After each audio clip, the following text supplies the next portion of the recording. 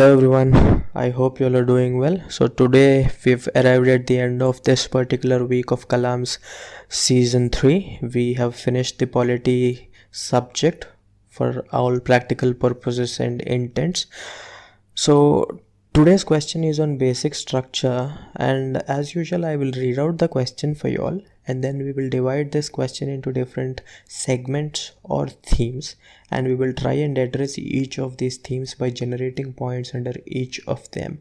And in this particular question I actually can think of an interesting flow chart starting from Goloknath case to Minerva Mills case. I'll talk about that in a bit, but we can incorporate schematics and flowcharts even in polity based questions is what I'm trying to tell you.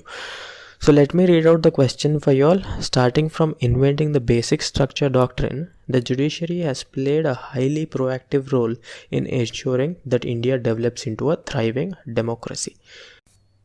And in the light of this statement, evaluate the role played by judicial activism in achieving the ideals of democracy. Now, there are two important things this question is definitely talking about. One of them is basic structure, on which I have some good points. Everybody is supposed to have them if they've done their prelims preparation really well. In addition to this, you also have the concept of judicial activism. You can talk about both of them elaborately in your answer and make points relevant for the question. Now let's see how this particular question can be addressed. So you can start out by talking about the concept of basic structure, right? You can talk about basic structure and how it has come into existence.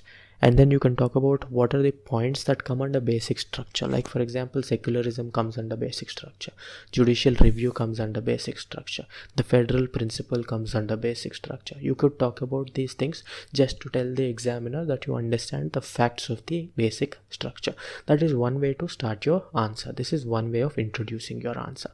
The second way to do it is to talk about judicial activism. You could also talk about how judicial activism is a vehicle or a means through which the judiciary makes itself accessible to the people, to the grassroots people.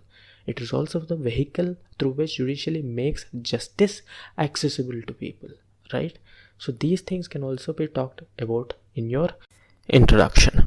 Now moving forward, we'll talk about the body in a bit, but before we do that, there is a beautiful schematic which you can talk about. Let's say you want to talk about the history of basic structure. You probably have to start with Goloknath case, and even before Goloknath case, we had a case in which the Supreme Court has said that the Parliament has powers to amend the fundamental rights. And then what the Parliament did, the Parliament has started making drastic amendments in fundamental rights, especially in relation to property and so on. See, because that was the time of the socialist era in which everybody wanted to have total control, as in the state wanted to have extra control on people.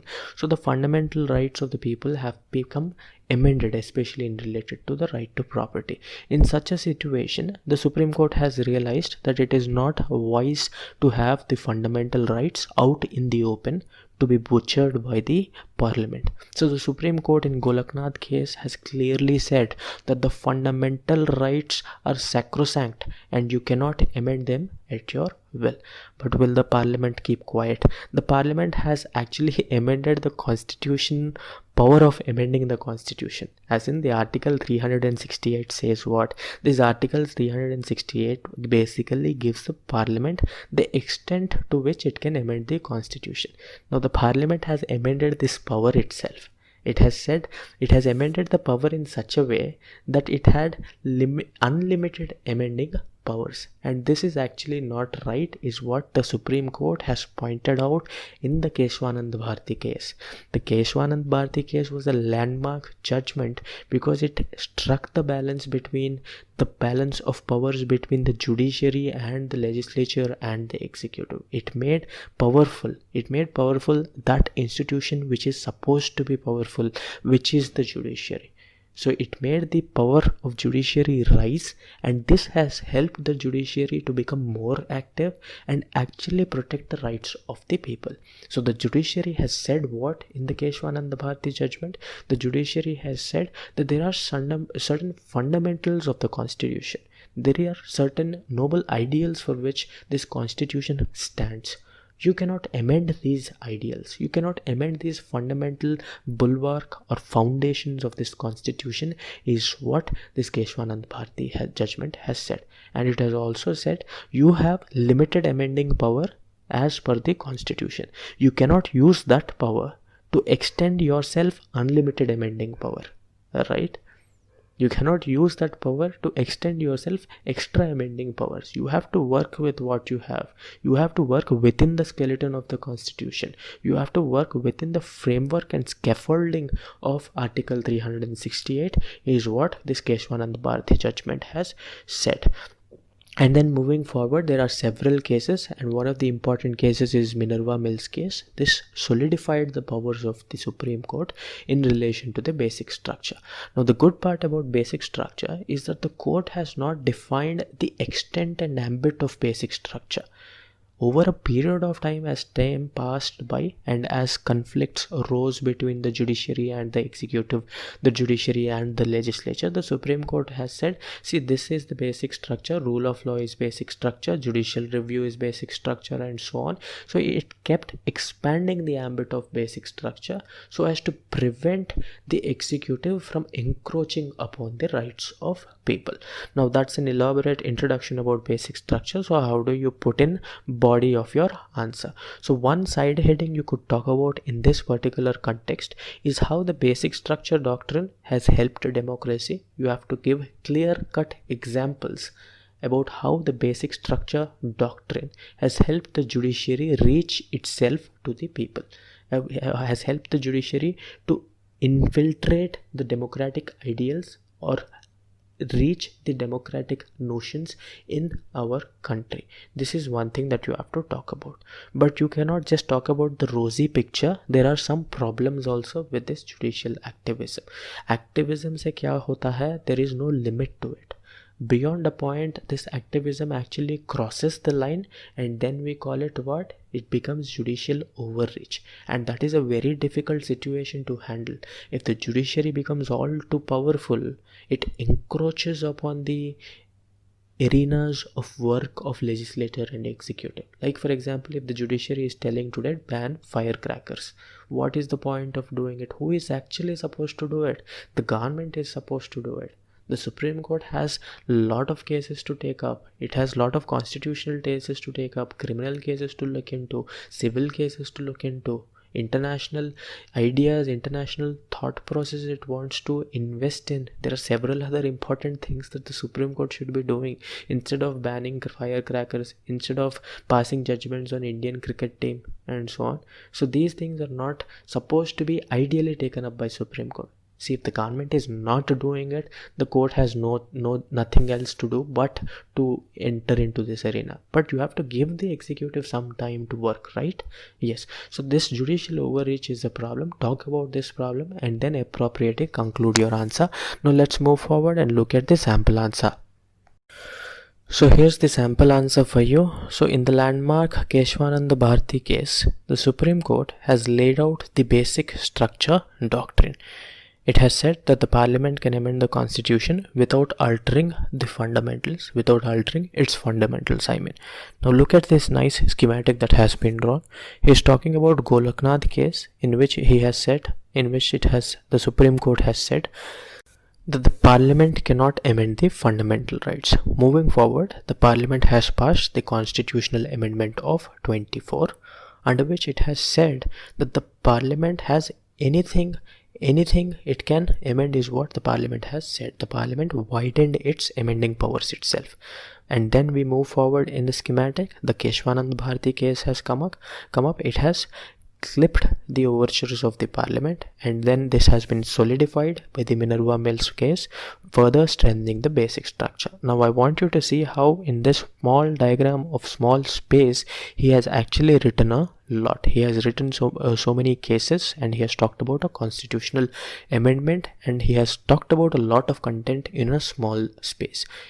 Whenever it is possible to use a schematic to express yourself, and if you think that schematic can express your intent and thought process much better than your words, don't worry about anything, just put in the schematic. Okay, that actually saves time. It will help you to move to the next question and do that particular question much better than you would do if you eat up space and time in this particular question.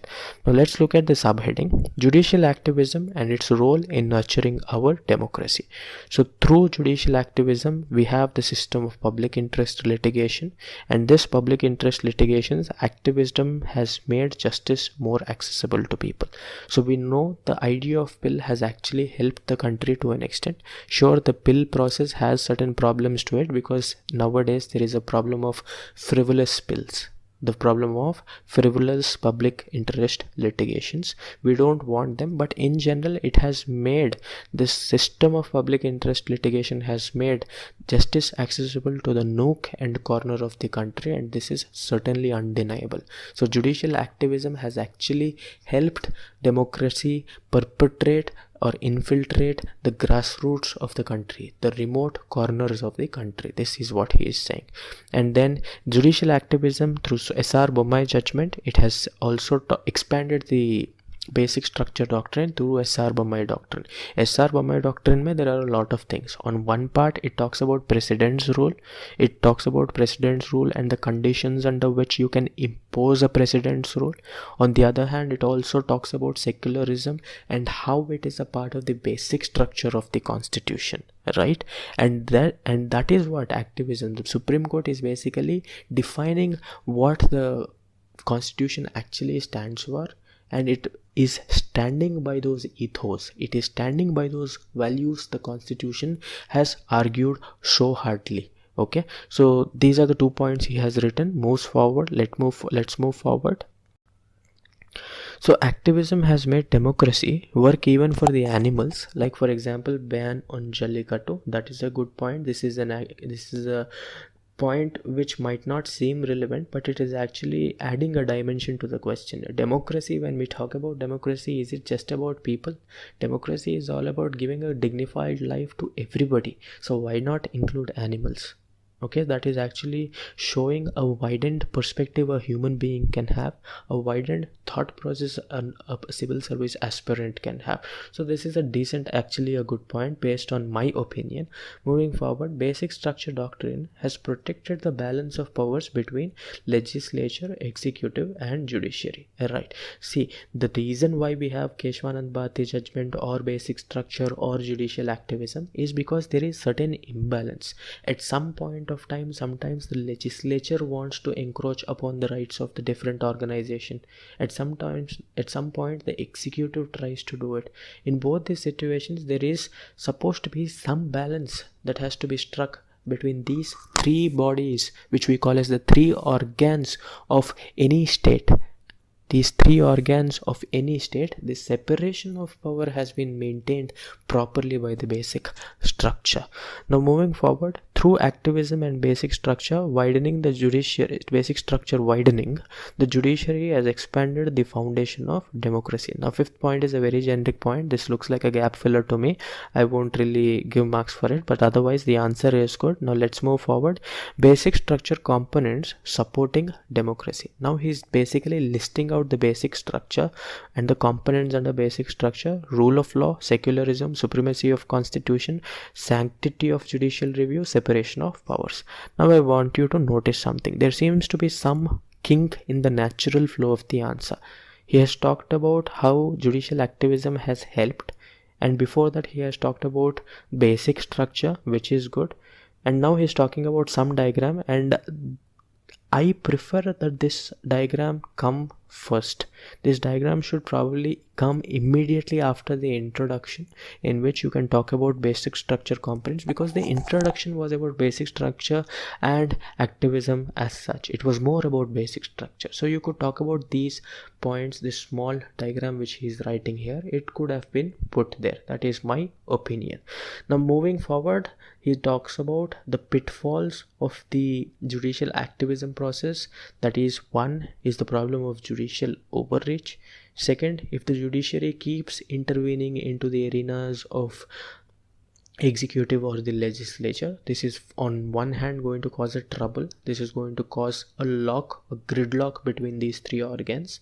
This is going to lead to a set of battles between the executive and the judiciary, between the legislature and the judiciary, and so on. But not just that, if the judiciary keeps on exhausting itself, if it keeps on overburdening itself, it won't be able to take care of the other important cases, the constitutional cases, the questions of public importance.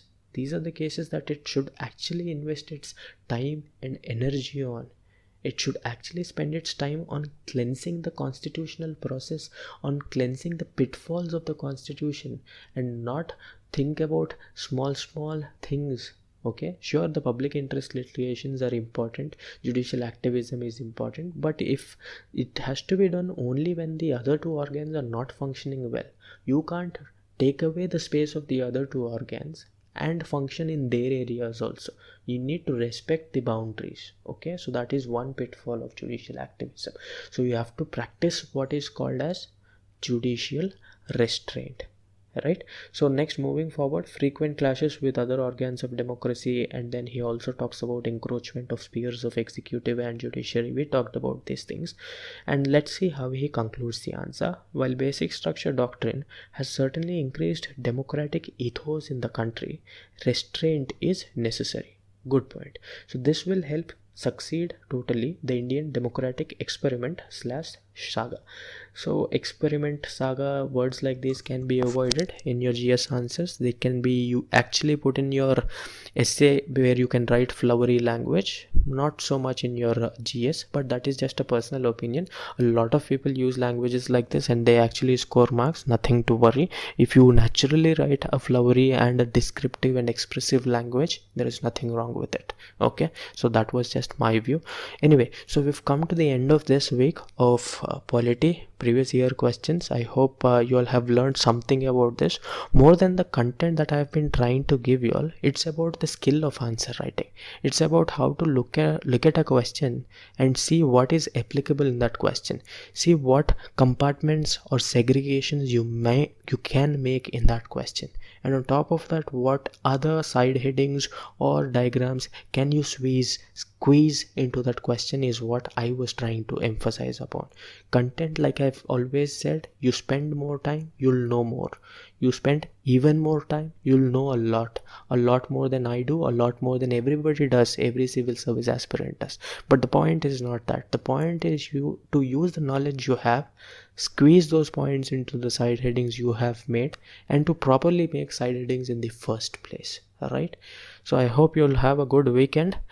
Thank you all for your time and participation. Hopefully we'll meet again.